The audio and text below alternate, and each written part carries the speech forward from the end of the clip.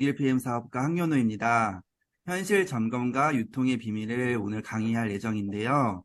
유통의 구조에 대해서, 네트워크 유통의 구조에 대해서 아시는 게 좋은 게 뭐냐면, 제가 실제 최근에 있었던 일인데요.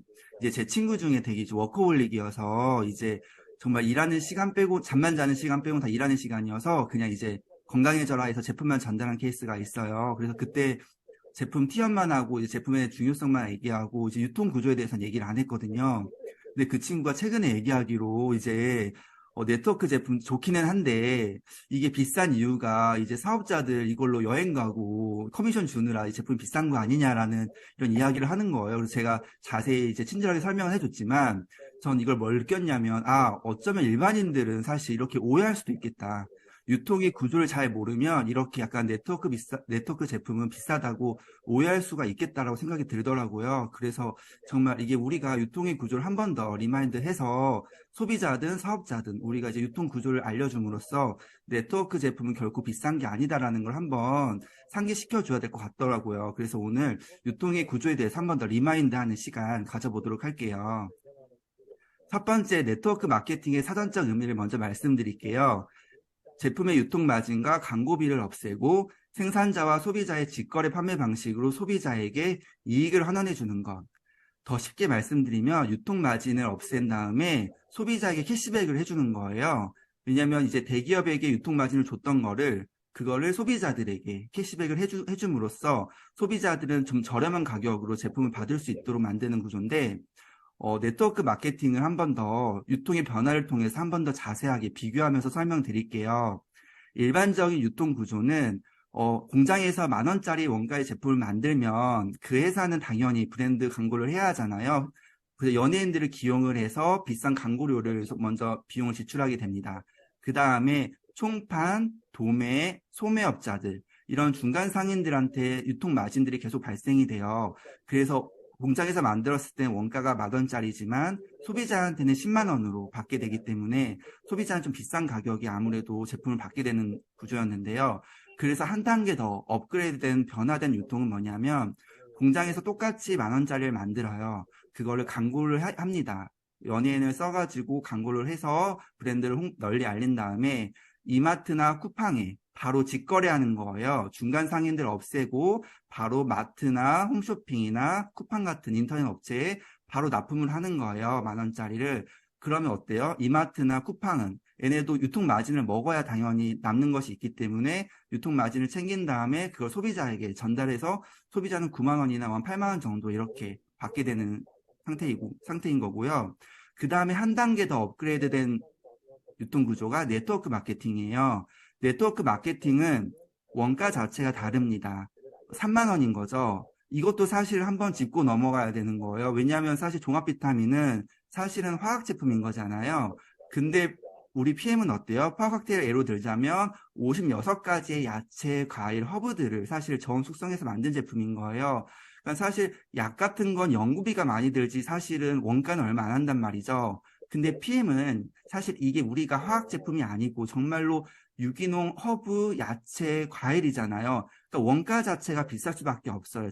애초에 출발선 자체가 다르다라는 거죠. 그래서 원가가 3만 원인 거를 그냥 예시인 거예요. 광고도 하지 않아요. 네트워크 마케팅은. 그래서 연예인도 쓰지 않기 때문에 광고 비용 발생하지 않고요. 대신에 소비자이면서 사업자인 분들이 제품을 구전으로 전달하면은 그거 바로 소비자들한테 7만 원에 받게 되는 거죠. 그러니까 고퀄리티의 제품을 저렴한 가격으로 소비자들은 받는 거예요. 그래서 이마트나 쿠팡 쪽에 주던 유통 마진을 그거를 같은 소비자이면서 사업자인 분들한테 캐시백을 해주는 거예요. 이 캐시백은 법적으로 공정거래위원회법 때문에 35%밖에 제한되어 있어요. 그래서 35% 이상은 줄 수가 없고 35%를 소비자이면서 사업자들에게 나눠주는 구조이기 때문에 유통 마진이 굉장히 줄어드는 구조인 거고, 사실 이마트나 대형마트 같은 경우에는 사실은 마진율이 굉장히 높아요, 생각보다. 이거는 오른쪽은 기사 내용인데요. 홈플러스의 건강기능식품 마진율은 70%라고 해요, 최고 품목이. 그 뜻은 뭐예요? 건강기능식품 회사는 홈플러스에게 3만 원에 납품을 했는데, 홈플러스는 10만 원에 소비자에게 판매하는 거죠. 그럼 홈플러스는 7만 원을 가져가게 되는 거고, 그 회사는 3만 원에 납품을 했는데 사실 마트는 여기서 끝나는 것이 아니에요. 마트에 뭐 예를 들면 우리가 뭐 CJ의 만두를 이제 마트에서 시식 코너 하시는 분들 계시잖아요. 판매사원분들. 그분들은 사실 마트 직원이 아니라 정말 그런 그 제조업체에서 비용을 발생해서 파견시킨 직원인 거예요. 그러니까 그 직원, 판매 직원 비용마저도 사실 제조업체가 부담하거든요. 그렇기 때문에 이런 제조업체 입장에선 사실은 마진율 줘야 되죠. 그리고 판매사원들 비용 줘야 되죠. 계속 비용들이 발생하기 때문에 사실 소비자들이 구매할 수 있는 비용은 비쌀 수밖에 없다. 근데 네트워크 마케팅은 어쨌든 판매 사원들 전혀 쓰지가 않기 때문에 정말 그냥 35% 안에서 모든 것들이 해결되기 때문에 고퀄리티의 제품을 오히려 소비자들에게 저렴한 가격으로 유통할 수 있는 구조라는 거. 그러니까 이것들을 좀 우리 파트너들에게 인지시켜줘야 그래야 이 네트워크 제품이 비싼 게 아니구나. 오히려 저렴한 가격으로 먹는 거고 내가 소개를 했을 때 캐시백을 받는구나라고 해서 재구매를 계속 이어질 수 있는 선순환 구조로 될 수 있을 것 같고요. 방판법에 이제 제20조 사망 때문에 후원수당 35% 제한되어 있어요. 모든 네트워크 업체들은요.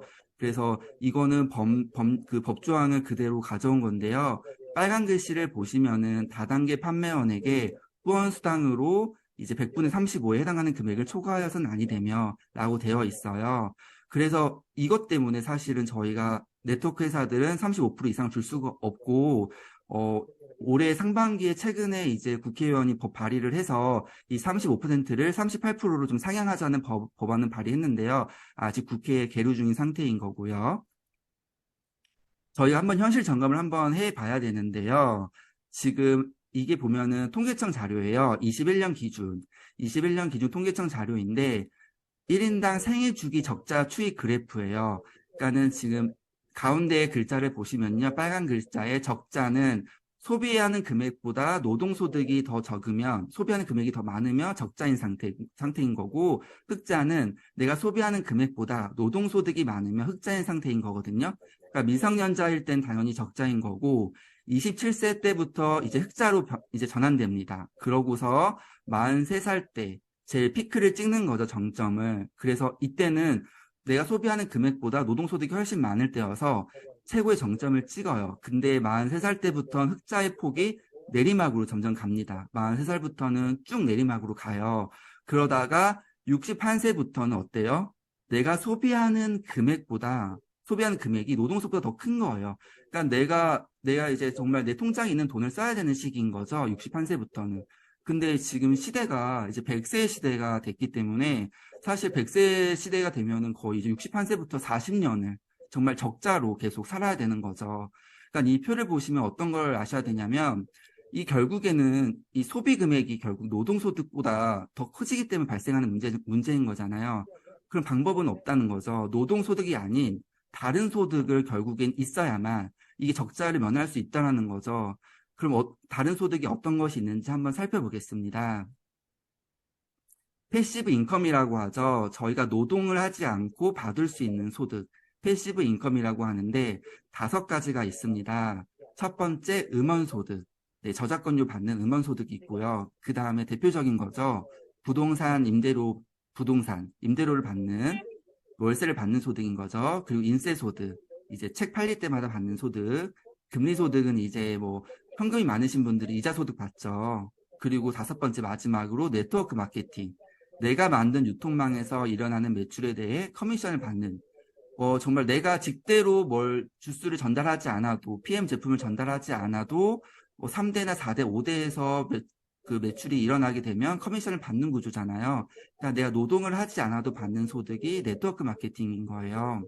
그러니까 여기 보시면 두 번째 부동산이 있지만 부동산도 사실 이제 상가 같은 경우는 한 5억 정도, 그 매가가 5억 정도 있으면 한 월세를 한 150 정도 받아요. 잘 받으면 150을 받는데 이게 사실 150도 이게 만약에 여기 대출이 상가 5억짜리인데 대출이 3억이 있다 하면 대출 이자 120이 나가요.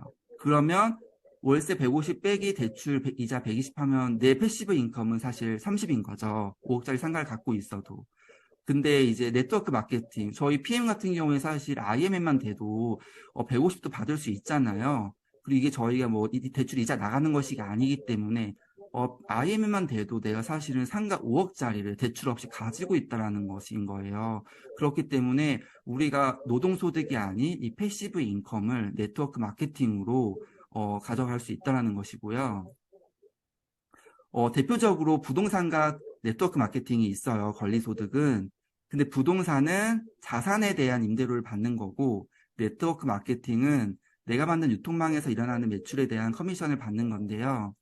근데 부동산 같은 경우에는 이제 사실 이제 이제 임대료 1,000만 원 받는 경우에는 한 이제 상가 가격이 이제 건물 가격이 한 35억 정도 돼요.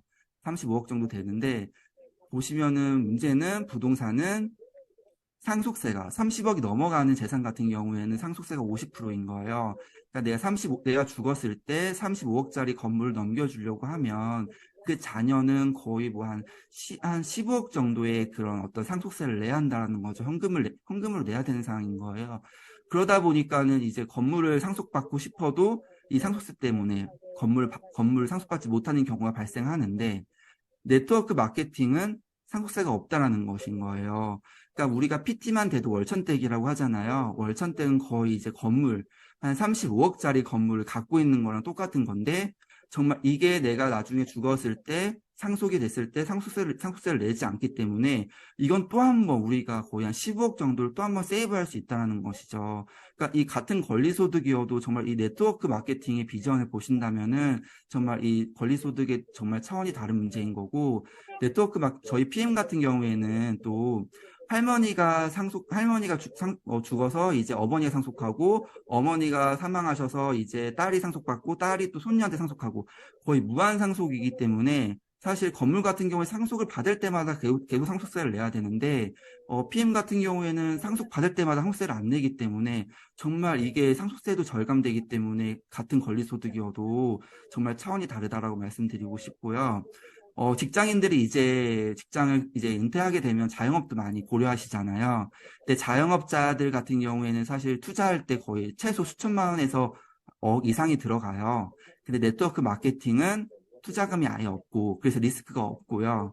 자영업은 당연히 내가 거기 묶여있기 때문에 노동소득이고, 네트워크 마케팅은 아까 말씀드렸다시피 권리소득인 거고, 자영업자 유지비 많이 들죠. 특히 인건비 엄청 많이 들어서 사실은 내가 자영업을 해도 결국 직원들 월급 주고 나면 남는 게 없다라는 말이 있을 정도로 관리비, 인건비, 뭐 프랜차이즈 가맹비까지 주고 나면 거의 남는 돈이 없다고 말을 많이 들어요. 근데 네트워크 마케팅은 사실 저희 오토십만 해도 13만 원만 내도 거의 계속 뭐 유지할 수 있죠. 유지비가 13만 원밖에 안 든다는 거죠. 또한 그 유지비마저도 내가 건강하게 좋은 제품을 먹는다라는 거.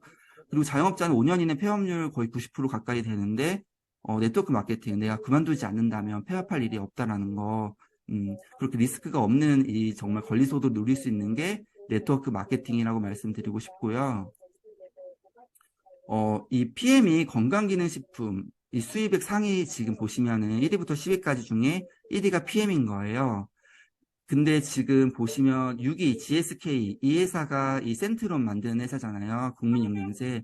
센트럼보다 6배 이상 지금 수입액을 높이고 있는 게 PM인데요. 지금 PM이 이게 22년도 수입액이거든요. 그러니까 PM이 4년 차일 때 1위를 한 거예요. 근데 지금 오른쪽 표를 보시면 건기식 시장 규모가 지금 5조에서 25조로 2030년에는 돌파한다고 해요. 그럼 아직 20조가 남아있는 건데, 이 남아있는 20조를 이 파일을 많이 차지할 회사는 어디일까요? 당연히 1위 회사가 제일 많이 차지하겠죠, 이 파이는. 근데 PM이 지금 1위와 2위 격차가 앞으로 매년 벌어질 것 같아요. 왜냐하면 4년 차에 벌써 1위를 했기 때문에 5년 차, 6년 차에는 이 1위와 2위에 맞서는 게 아니라 정말 계속 격차가 점점 벌어진다라는 것이죠. 그래서 아직도 시장이 많이 남아있다. 우리가 가져갈 파이가 아직 많이 남아있다라고 말씀드리고 싶고요. 최근에 이제 독일에서 윈터 리더십에서 이제 발표했죠. 가학은 멈추지 않는다. 다음 세대를 이어갈 기술은 이미 준비가 끝났다. 마이크로 솔브 플러스 기술 벌써 나왔잖아요. 그러니까 PM은 정말로 독보적인 기술력과 독보적인 제품을 계속 연구하고 있어요. 그래서 정말로 대체 불가한 제품인 거죠. 그러니까 PM을 먹다가 다른 제품으로 갈아탈 수가 없는 상태인 거죠. 대체 불가한 이 기술력과 제품을 계속 만들고 있는데요. 저희가 이런 대체 불가 제품의 회사에 진짜 저희가 유통한다는 게 정말 자부심을 가지고 사업을 임하셔도 될 것 같고요. 이게 PM이 계속 매출액이 성장하는 이유가 사실 이 소비 트렌드에 정말 맞아 떨어진 것 같아요. 2023년 이제 트렌드 코리아의 선정 키워드 10개 중에 뉴 디맨드라고 있는데요. 오른쪽에 보시면 사지 않고 배기일 수 없는 대체 불가능한 상품을 개발해 새로운 수요를 창출하는 방법론. 그러니까 이 결국 대체 불가능한 제품을 만드는 회사가 결국에는 계속 수요가 일어난다라는 거죠. 근데 지금 그 대체 불가능한 제품 제일 유명한 회사가 보면은 애플의 아이폰, 그리고 다이슨의 에어랩. 그러니까 다이슨의 에어랩을 쓰다가 정말 다른 걸 바꿀 만한 게 없다 하더라고요. 그리고 또 이제 애플의 아이폰 쓰다가 아이폰 쓰는 사람들 계속 아이폰만 쓰잖아요. 대체할 만한 게 없으니까.